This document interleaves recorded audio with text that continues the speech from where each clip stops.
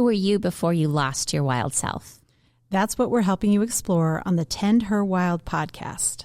Through questions and tools around how best to listen to your inner voice, rewild ourselves, and live the most authentic life where we thrive instead of survive. I'm Betsy. And I'm Kate. And we're so glad you've joined us for this episode.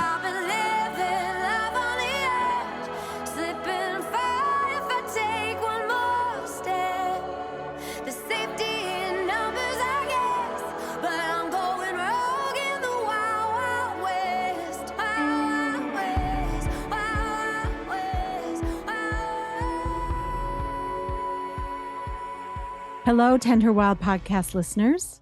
Today's episode is about toxic relationships. You said that so sweetly. I did. I tried to elevate it in a way that will not scare people off. Although we've all had them. We have. And so we want to start to make some sense of what do we do when we figure out we're in one. Yeah. And I think we also want to frame it that, it's often in relationships with people, but we can have toxic relationships with social media, yes, food. We have a very toxic relationship with our government right now. Yes, many of us do. So yeah, it kind of goes across many different areas of our life. Yeah. So today we're going to define it as an unhealthy dynamic characterized by consistent disrespect, manipulation, and emotional or physical harm. Instead of offering support and mutual growth, it drains your energy, lowers your self-esteem, and leaves you feeling constantly anxious or unsafe. Yes. And again, that could be with people or with things that we bring into our lives that don't make us feel good. Yeah. So have you had toxic? Can you look back over your lifetime and identify toxic relationships? I can. I think I had probably a toxic relationship with alcohol in my 20s when I think about, college and how I used alcohol. But then with people, I think that I've had friends from time to time that, were chapters for me and maybe not long-term friends because it wasn't quite the right mix. Clearly it wasn't the right fit. Yeah. Yeah. Yeah. How about you? Yeah, definitely. Many over the years. I'm better at spotting them now, and I am better at maybe extricating myself sooner so that it, doesn't become sort of a long-term thing. So, and we're going to talk here in a minute about what does that look like? Yeah. But let's start with, you gave a great definition, but, what are some of the behaviors of a toxic or some of the hallmarks of a toxic relationship? We talked about there's often lying, and those can be big lies, and they can be just the white lies that we all tell, but sort of add up over time about, can I trust this person? They really telling me the truth? Right. Gaslighting is a big one. Yeah. And that term has become so much more popular. We sort of understand it in new ways, but you're kind of convinced of something that's maybe not true. And makes you feel very confused. Very confused and a little bit crazy at times. Wait a second. Or a lot bit crazy. Yeah. Gossip. Yeah. And again, I think as women, it's something that, we've talked a lot about on this podcast, the masculine energy, the feminine energy, and gossip can be a very toxic feminine energy. And again, we've all been in rooms where it's happening. We've all been part of it. We've all said things. But it does really erode relationships. Very much, because you do start to think, okay, at some point, if the gossip is part of this relationship, at some point they're probably saying stuff about me. Yeah, exactly. And, yes, we've all participated on our own as well. High need for control. This is a big one. Yeah, needing to be in control, needing to win, needing to be the one on top, which can look like a lot of manipulation at various times. I think this idea of this missing, I don't know if it would be missing trait or character, but empathy, a lack of empathy, which is just, I really struggle with this one. probably because I'm so highly sensitive, and Yeah. I struggle with people that can so remove themselves from Yeah. situations where it's so clearly it calls for Yeah. empathy and they're not able. Yeah. A lack of empathy, an inability to listen, an Mhm. inability to let other people speak, sort of needing to always be the one in charge and the Right. one at the forefront. Yeah, it gets really hard to be Mhm. around. Lacking accountability. Mhm. I think in a toxic relationship, we all make mistakes in relationship to one another, but not being able to own your part in things, Yeah. and Or have say you're say sorry. you're sorry, acknowledge behavior is definitely a red flag for me. Yeah. And I think finally, not, these toxic behaviors, they sort of result in making you feel really less than. And that kind of leads into like, how do we know We're we're in in a one. toxic relationship? Because you and I talked about this, that so often toxic relationships are really confusing because some of these behaviors or a lot of these behaviors are very subtle.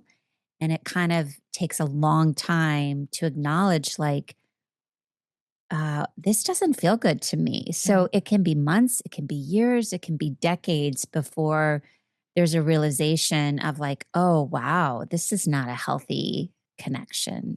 Yeah, I do think that, and we'll get into kind of how to determine that, but it isn't a you can't spot it right away. No, It's this isn't a first patterns. date. Spot the No, as much spot the as toxicity. right. Yeah. It's over time and being in tune with how you feel around people, I think is Yeah. what we're talking about. And Make sure. sometimes toxic people, the reason it's extremely confusing too is they can also have a side of them that's very charming, very Mhm. charismatic, kind of life of the party energy. And so from the surface, they look really exciting and You wanna be really you around want them. to great to get to know. And then over time, you realize that there's a draining of your energy or your life force when you're with them because they're often not very connected to their own sense of self. So they sort of require hooking into other people. And that's one of the reasons we often feel so tired and drained in Mhm. these types of relationships. So, how do we know we're in them? How do we know we feel drained We feel from being drained, around them? exhausted. Yeah. Hmm. And maybe a little bit crazy, as Yes. you're engaging, like, what just happened Yes. back there? What was that conversation? Somehow that was not what I intended, or that went a different direction, Yeah. and you start to question yourself. That has been a hallmark for me. I've realized in my years of coming to grips or understanding toxic relationships is I know that I'm not crazy. I can have crazy moments, but I know myself. And so when I'm around someone else and I start to feel crazy, I start to feel spinny, I start to feel unmoored, I can now recognize, like, oh, but that's not who you really are. What is it about this situation or this person Right. that's pulling out this sense of like, what's wrong with me? I'm not quite right. And again, you have to know yourself Mhm. to be able to identify, like, I don't always feel this way. Right. Why do I feel this way around this particular situation or person? Yeah. And a big one for me is your nervous system, how my nervous system feels around people. Yeah. And if you go into fight or flight every time you're around someone, A little dissociation. yes, Yeah. bracing yourself Yeah. with your nervous system in survival mode, that I think can be Yeah. a very big cue that there's something about that relationship that's not good It's for you. such a good point. Like, if you can really settle into a place of safety and calm with someone, that's such a good sign. But you're right. If you're sort of in a hypervigilant state, and I think the issue with that is that so many of us are in kind of these dysregulated Mhm. nervous systems. We're high on caffeine, we're kind of going all the time. And so that sort of toxic vibration of like, We're living in it all the time. yeah, it feels normal Mhm. versus being able to actually settle in and feel relaxed and calm, which is how I want to feel in my relationships. I don't know about you, Yeah, but yeah. that's ideal. The other thing that I feel, or another red flag for me when I know that I'm in a toxic relationship, is I feel dirty No, you afterwards. told me I this. know. I'm like, I feel dirty. And I don't know how to explain it any other way, but it's almost like my energetic field feels like Clogged. clogged or dirty, or like, when you drive your car on a dirt road and it's got covered with dust. It's like I sort of feel like, I need a shower, or I need to like get in a salt bath, or I need to sweat and walk. It's almost like my to sound super woo-woo, like my auric field just got completely blasted, Yeah, and you need to I clean just it up. need to clean it up. Yeah. Yeah. Well, again, that's your body's reaction to an interaction. Yes. And again, where this gets so confusing is so much of this is happening at a deeper subconscious level. And so on the surface is, again, this person can look friendly and charming and funny and charismatic and kind of like vibrant and energetic. But underneath it, there's all these kind of manipulative games going on. Mhm. And so, like, there's a part of your system that's like, this isn't quite right, but what I'm seeing looks good. On the surface, It looks yes. really good. Mhm. But again, sort of what's happening, I believe, under the surface with toxic people is that they need other people's energy to feed them. So there is sort of an exploitation or a draining Mhm. for them. It's almost like it feels a little bit to me like I Dracula. was gonna say, you're gonna say something about Yeah. vampires. Yeah. I Like the just thought energy that too. vampire idea, right? It's like Yeah. they need other people's blood or energy or life force to kind of like a battery for them. And Yes. so they are sort of Plugging into you. It's plugging almost like into the you. electric Yes, vehicle, right? Plugging into you. exactly. Exactly. A big one for me is when I feel like I have to walk on eggshells around people or Mm, I kind of dread an interaction. yeah. Um, Like you're extra careful. You can't like just be yeah. yourself No, because you don't want to set them no. off. Yeah. Right. So I kind of put up a force field and Yeah. I'm Yeah. cautious. And I like to have relationships where I can let my guard down and I can feel Safe. safe to be myself. And Yeah. so I had a lot of relationships where I did not feel Yeah. that way. Yeah. And it's taken me a lot of years to kind of figure out who she is because I think I did shapeshift a lot to Mm. which I think we do with toxic people. Yeah. We change how we Mhm. show up so it's not as painful or as hard. Yeah. Yeah. So then how do we deal with this when I mean, I think probably everyone listening to this can identify like, oh, coworker or college friend or partner or mother or but some of these people, certainly we'll talk about this. There's times that we need to distance ourselves or even end relationships, but there's certain situations where people are just going to be in our life, whether they're a Right. family member or a grandparent or even a child. What do we do then? Yeah. We have to figure out how to be in relationship in a way that protects our well-being. Yeah. And that's not easy and it takes a lot of thought and intentionality, I think. Yeah. So the big B word's going to come in. The big B, the boundaries, boundaries, boundaries, boundaries. Have we Yeah. ever done an episode on boundaries? We should maybe do an entire I episode on don't think boundaries we because have. it's such a art form. Okay, I completely have a memory of being in a toxic relationship with a coworker Mm, years ago. And it just ate me up. Like every interaction was negative. I never felt good in their presence. I felt disrespected. I just was so uncomfortable. And there was a day when I made the decision that I was no longer going to have meetings with this person. mm. And I marched in their office and I said, from now on, our communication will be by email. And I turned around and I walked out. Wow. Snaps for Kate. I know it took, How'd it it work? took Did it over. work? Yeah, for the most part, they respected that. I think they were as tired of me as maybe I was of them, but we just saw the world differently. And it was challenging on my nervous system. And so we Mm. worked better that way. And it's interesting you bring that up because, one of the techniques for working with challenging people or toxic people, narcissistic people in specifics is something called being the rock, which Mhm. means there's just a neutrality and you don't get yourself worked up one way or the other. You try to remain neutral. You try to say things in very clear terms, no emotion.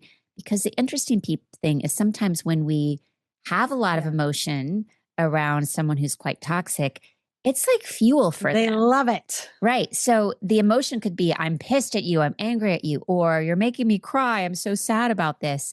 And just that flow of emotion alone, it's like gasoline for them. It's giving them the attention that they seek. Yeah. Even if it's negative. So being that sort of neutral, I'm not getting charged one way or the other, that can kind of stop sometimes some of this dysfunctional, toxic behavior. And that's also really taking charge of your own response. Yeah. And if you can be intentional about that and stay steady, that does feel empowering, I guess I would say, if you're in that situation. Yeah. Yeah. Something you can do is be the gray rock. Yeah. Another thing is putting up sort of your own energetic protection. I have a story about this.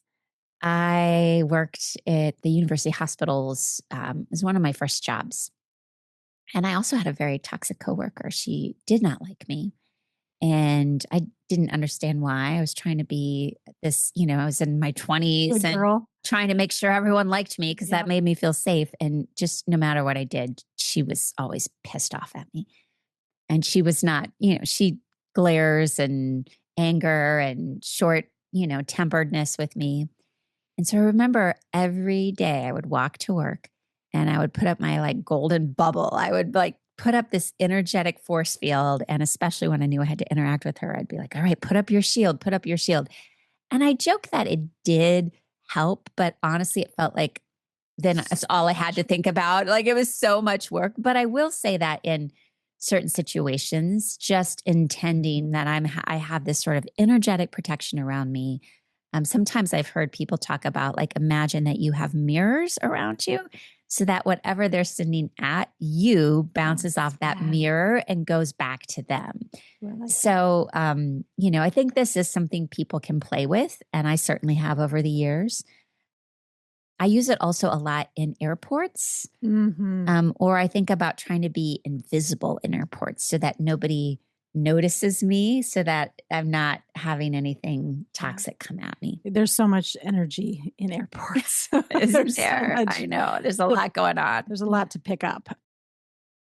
One of the ones I want to talk about a little bit is this idea that sometimes we can't figure this out on our own, and we might actually want to go talk to somebody about strategies or a relationship that we fear might be toxic. Yeah. Because a lot of times, like, when you have friends and people, you can talk with them, but having an objective person, listen to the behaviors and the experience, and then be able to say to you, here's what reflect back to you, can be helpful too. So if you are feeling like, am I crazy? Is this really toxic? I think that's something that can be very, very enlightening, is to have an objective viewpoint. Agreed. That's been helpful for me over the years. And I also want to say that it can be easy when we're thinking about these toxic relationships and the ones we're in to somehow fall into the role of the victim and be like, oh, woe is me. This person hates me, or this person is so mean to me, or this person gaslights me, or this person lies to me. And I think one of the hallmarks of this podcast, and something I think you and I both really believe in, is that we have to be committed to our own inner work. And in every relationship that we're in, we're contributing something, and we're drawing something out of people. And so we have to own kind of our own shadow and own the parts of self that may continue to attract to the sin. Right. And so you can think about in your own life, like, why do I keep attracting toxic people? Why do I keep drawing in men that act like boys? Or why do I keep drawing in narcissists? Or why do I keep finding myself in a relationship with someone with a substance abuse problem? So I think that we have to be willing to look at ourselves and our own patterning that might be an energetic match for this kind of behavior. And so that's, I think, an important part, that this part can be really hard, but I think is essential for us to break free from continuing to be in these types of relationships. Yeah. So we might be someone who tends to be a rescuer Mm. and has found purpose in that in some ways throughout their lives. And so we almost look for situations where we can Yeah. step in and help rescue. Yeah. And I think that ties in with the idea of the healer, or we could call it the shadow healer. And I can actually speak into this one as I'm speaking it right now. It's this idea. I remember I had a mentor, or it might have been a therapist, really helped me see this. And she said to me, Betsy, you are absolutely, you've got the energy of the healer. But what you have to understand is that because that's your energy, what you're going to attract in is the broken birds because they need healing. And so if you're giving off that energy, you're going to draw in the people that need healing. And so that's great professionally because that's what you're doing professionally. But do you also want broken birds as your friends and your partners and other people in your life? So you have to be very aware of that Right. energy and understand that that's maybe why you keep finding yourself in relationship and then make different choices. That Yeah. was such an aha for me. Yeah. It's not a foregone conclusion. You still have choice in how you manage your Yes, energy exactly. and And protect it. the energy that you put out there Mhm. and you're okay with and what you're not okay with. I mean, so much of this is deciding what you want and what you don't want, and that it's okay for us to not want certain patterns. It's okay for us to put our foot down Right. and be like, no. I think that's really important. Just because we have developed patterns or we've come into this world with maybe more of a rescuer, Yeah. um, it doesn't mean we have to live our entire life in that space. We once become aware of it, we can choose differently. We can break some patterns. That for me is I think about the eldest daughter, the plight of the eldest daughter, Mm. and I think my hypervigilance as a child and kind of making sure everyone was okay and caring for people, as wonderful as it felt, kept me always looking for who I needed Who can to you help who can again? I help?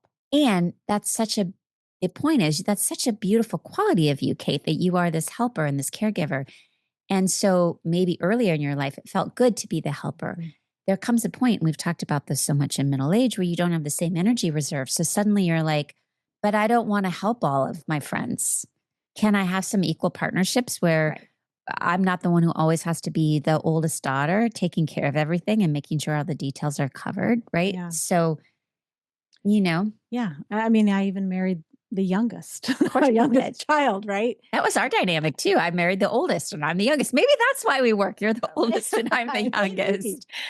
Yeah. That's why our partnership works so well. Yeah. Although Kate, as the oldest, is probably like, oh, Betsy, that young whippersnapper. No. You're right. That is it's an interesting dynamic and Yeah, not something I think it's as we discover these parts of ourselves, it's you can look back and you're like, "Oh, there it is. There it is. there There it it is is." again. And so I think part of today is not focusing as much on maybe we need to understand toxic relationships and others' behavior, but we can't control Yeah, often others' behavior. but we get to choose what we allow and what we don't allow in our Right. life. You brought up something earlier that I think is also helpful for us to go into, which is the empath. You talked about yourself as very empathic and that's also a signature pattern for me.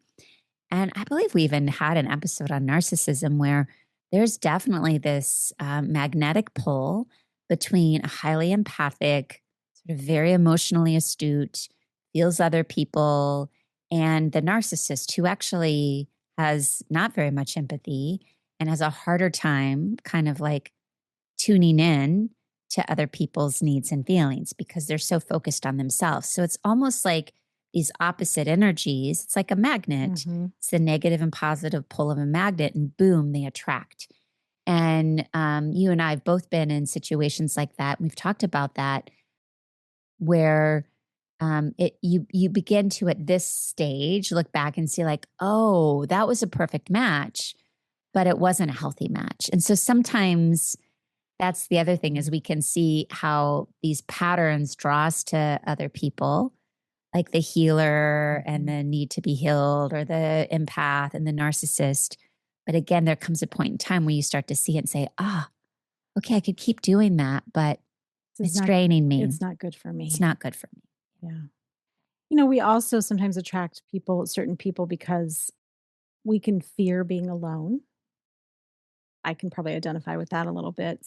I was kind of I had a lot of relationships, and so I'd feel like I'd get out of a relationship and then I all of a sudden I'm back in a relationship. And so having time alone for me came later when I Mm, made space for it. And so, yeah, sometimes there's just a fear of, well, I don't need to maybe leave. I don't know that I want to be alone. And so that's just something you have to work through yeah. for Yeah. yourself.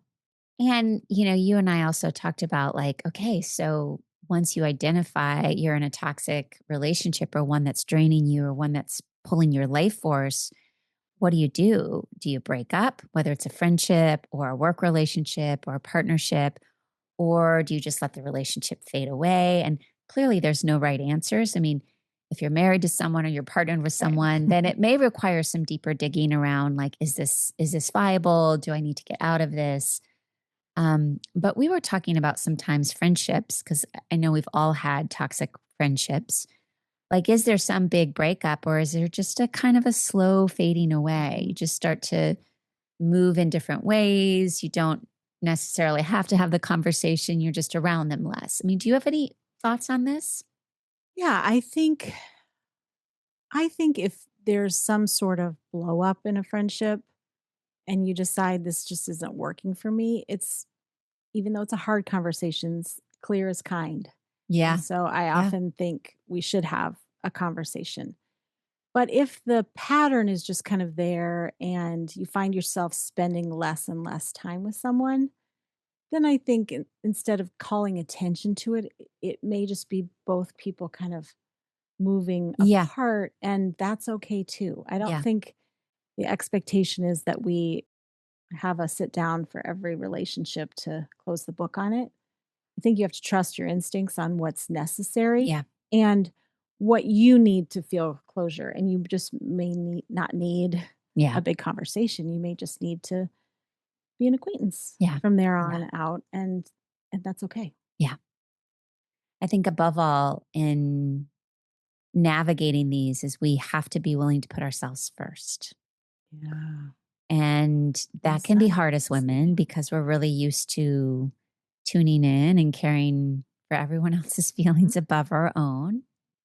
And this really requires us to get clear on, is this harming me? Is this draining me? And it's actually okay. I'm the only one who can put myself first. No one else is going to knock on the door and do it.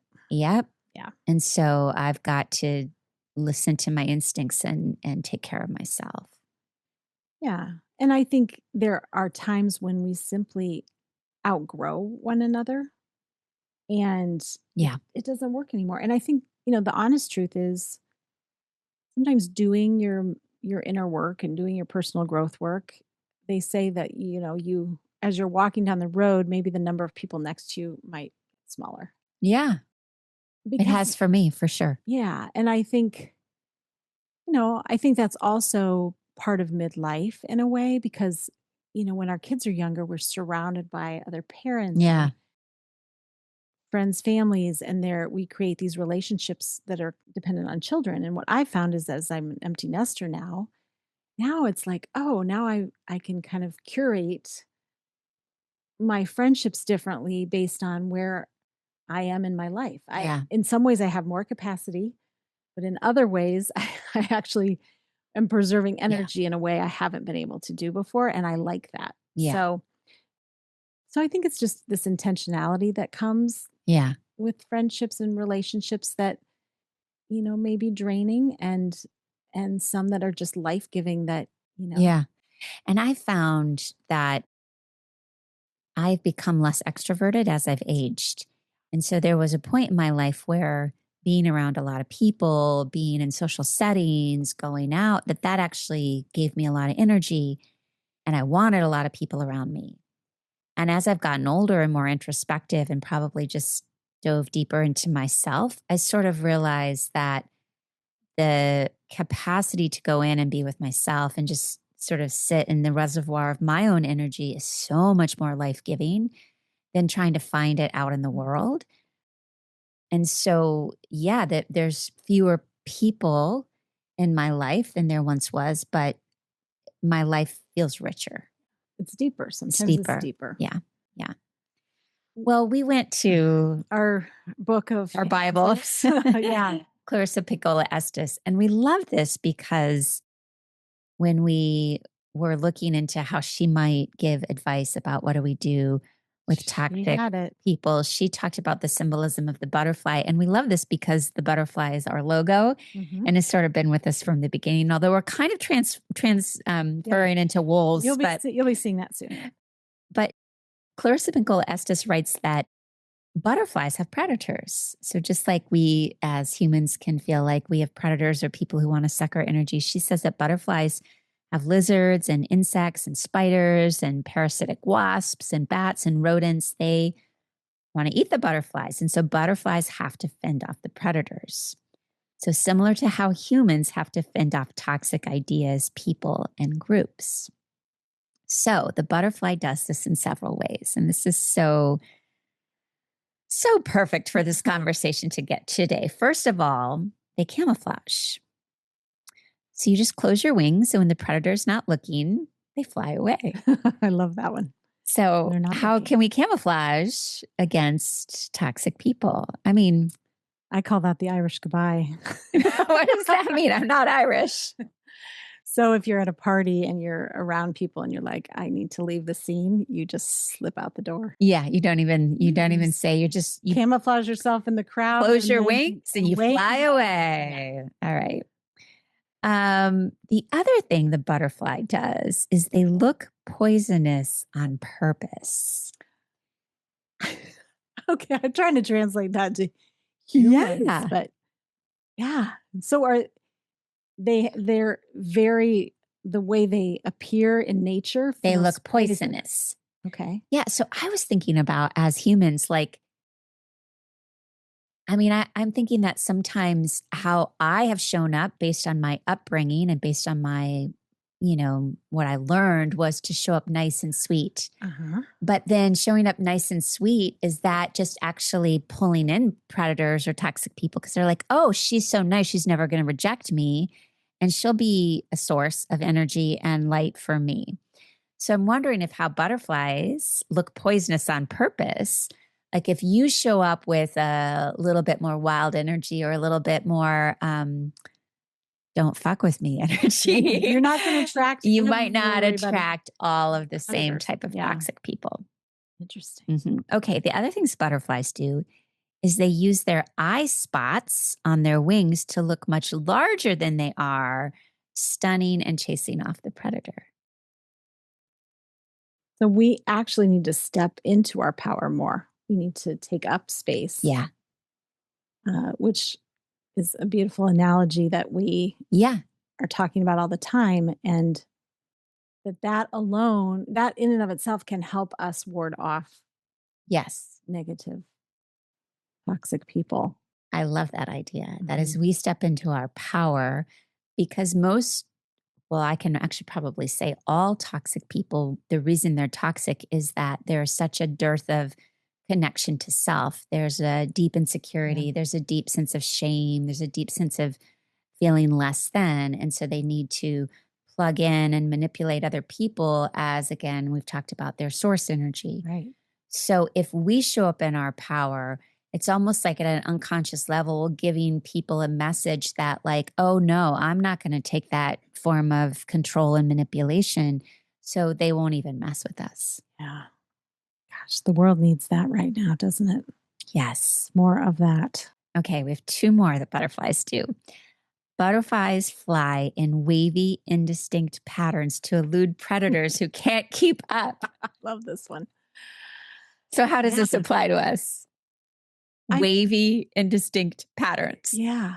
I think I'm imagining again kind of when we don't like the energy of someone, we move in the other direction. Yeah. And we don't put ourselves in situations where we have to deal with it unless you absolutely need to. Yeah.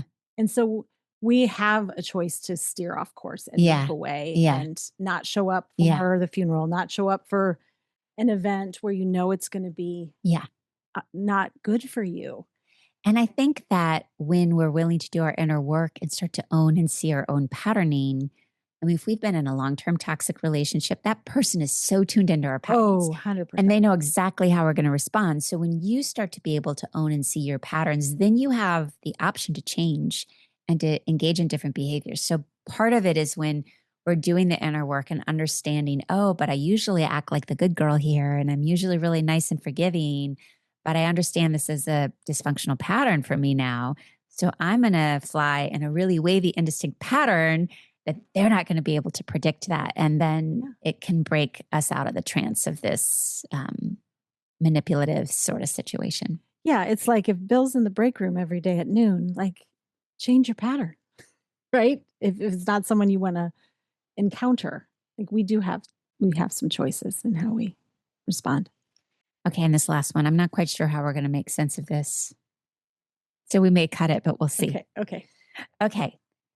Butterflies eat milkweed to signal that they will taste very bad and will likely sicken the predator who is so unwise. Ooh, Chanel, do you have any advice on this one? Eating milkweed. I mean, maybe it's what we consume. Maybe if it's ah, what we bring into ourselves, okay. it's feeding us. I love it. It wards off predators. Yes, if we're taking in so this can even come back to at the beginning, we talked about how toxic relationships aren't just about people. They could be about the social media we're consuming. They could be about all the reading of all the stuff about our government that we're consuming, and taking that in actually is quite toxic and changes literally our vibration. Right. And you're going to attract like attracts like. Mm-hmm. Whereas if we're consuming high quality energy, people, food, then information, right? Then we attract that. Yeah. And the predators knows, oh, don't mess with them. This was a really enlightening episode. I'm going to have to think even more about, how this has shown up in my life. Yeah. And I just think as a middle-aged woman who has been, I'm speaking of myself here, who's been working very hard to clean up my life and be as truthful and authentic as I can be, I kind of acknowledge now that I don't have the time or the energy or even the taste anymore to be in these types of relationships, whereas before they were more commonplace for me. And so once you get a taste of healthy relationships where there's a lot of mutual respect and communication and kindness and forgiveness, these toxic relationships feel like junk food. That's such a good right? Yes. Like I can eat a really wholesome meal that totally sustains me and makes me feel better, or I can eat junk food and feel just kind of sick and off kilter. Yeah, I really like that analogy. The thing that I keep coming back to is when I feel like I have to perform in relationships, then I'm not actually being authentic. And so putting my energy into relationships where I don't have to be performative. Yeah. To me is where I feel safe, I let down my guard, and I am myself. Yeah. Beautiful. And those are the safe ones to be in. Bring on the healthy, safe relationships. Thanks, Betsy. Thank you, Kate. Thanks for joining us today. If you like this podcast, please subscribe, rate, and review. Come back and rewild with us again next week.